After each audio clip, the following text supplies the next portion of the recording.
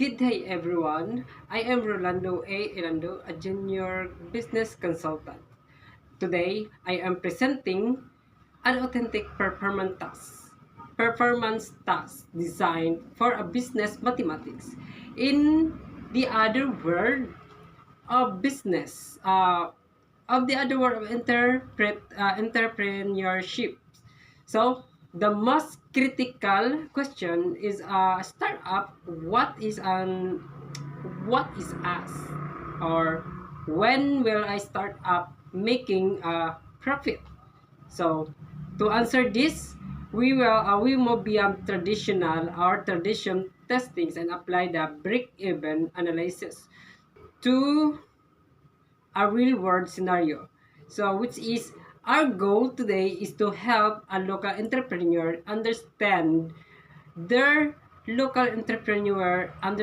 business tipping point using linear equation. In our assessment design plan, business math application. So in learning objectives, at the end of the task, the learner will be able to analyze a real-world financial scenario to identify fixed cost variable, cost and selling prices. Then formulate linear equations, which is the formula is C is equals to mx plus b and r equals px based on business data. So here we know that how many times or how many will be sell on how will be the entrepreneur will be uh, sold every cup. So and number three is solve for the break-even point algebraic method. Here's our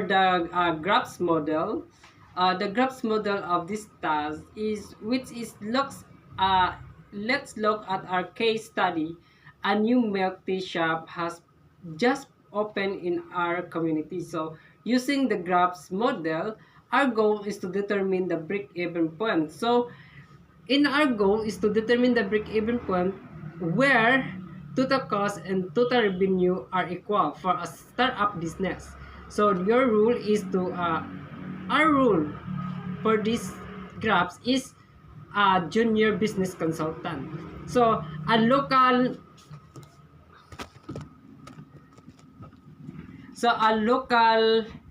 entrepreneur, milk tea shop owner, and faculty evaluators. Our audience. So which is our situation here. Our situation here is our new milk tea shop needs to determine the exact number of units or the exact must sell to over their monthly net and production expenses. So our product, which is in a 5-minute video documentation showing the step-by-step mathematical solution and business advice. So our standard here is the mathematical advocacy, instructional and clarity, which is authenticity and technicality, quality po.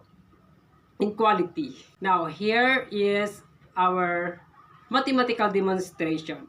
So the fixed costs are, we call it B. So we put it the plot in the linear if in the equations.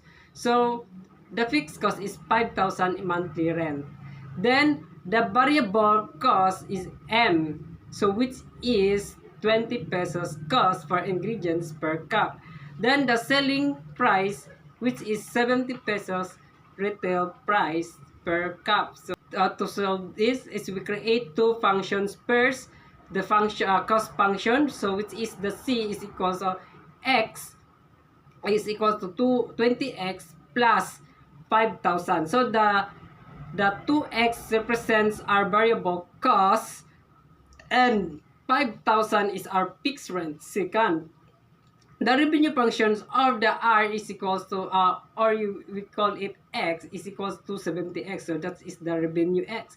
This is the total money coming in from sales. The solution breaks even analysis. So which is the break even occurs when the revenue equals cost. So the R there is that we call it a revenue.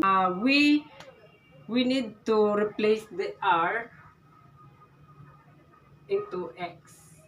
Is equals to R to we need to change the R to X. Then equals of C, so which is other X, which is the 20 pesos. So let's set up the equation. So we put it here, the revenue is 70x equals of 20x. So what is the X? That is the price selling of every cup of the milk tea. So plus 5,000 of rent. 5,000 of rent. So here are solutions. CX 70x goes up 20x plus. Okay, so to find that the answer, if how many cups will be sell in this type of milk tea business, we need to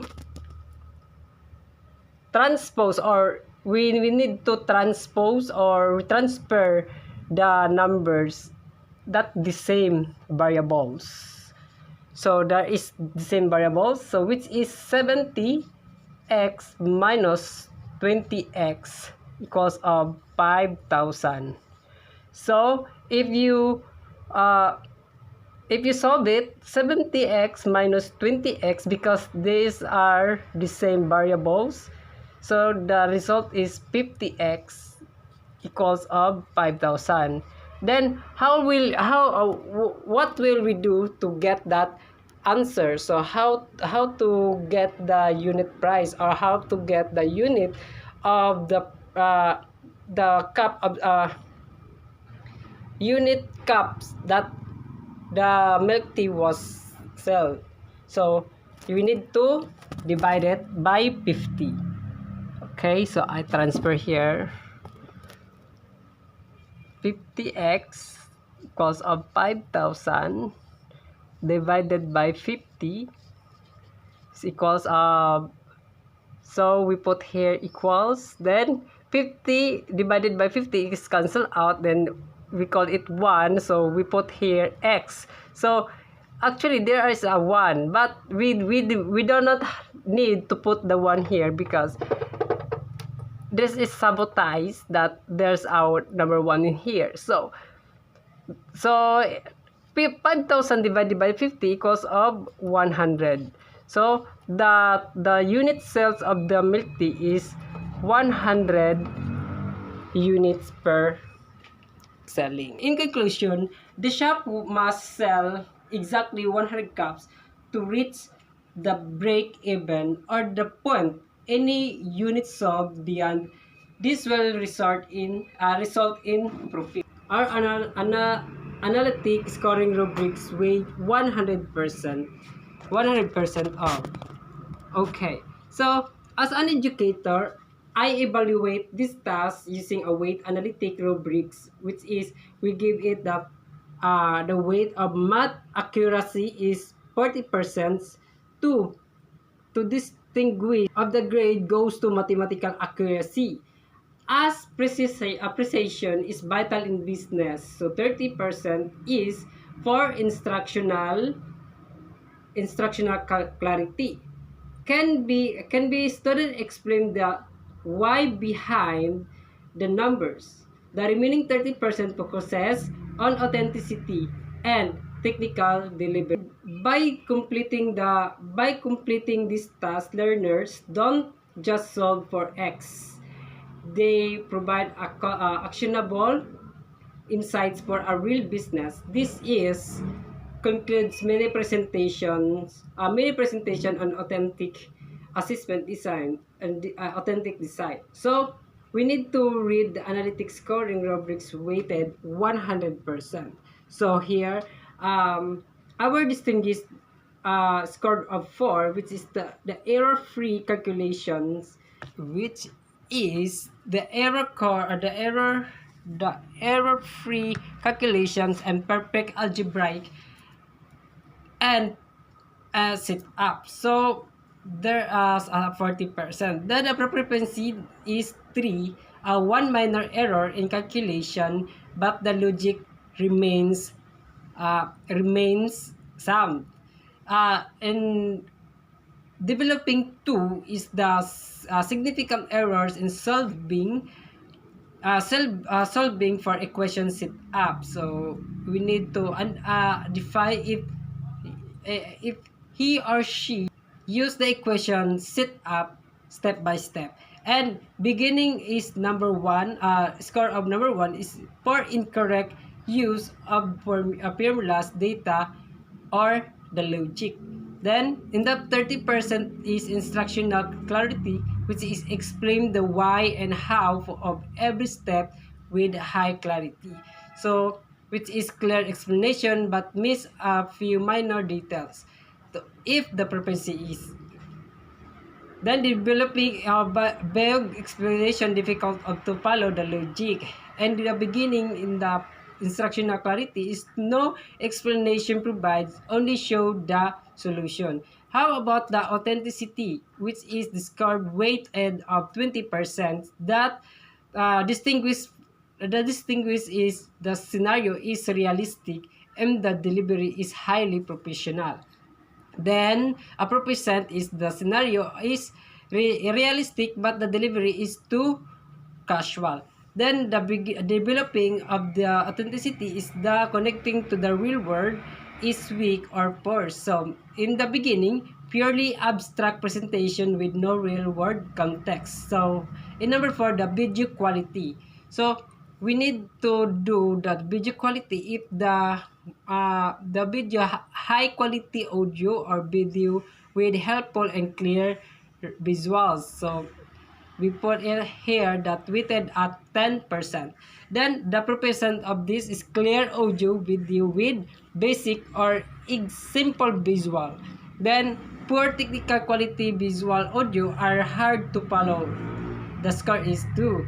Then when the beginning of the video quality is if this distracting or missing visuals or audio is inaudible.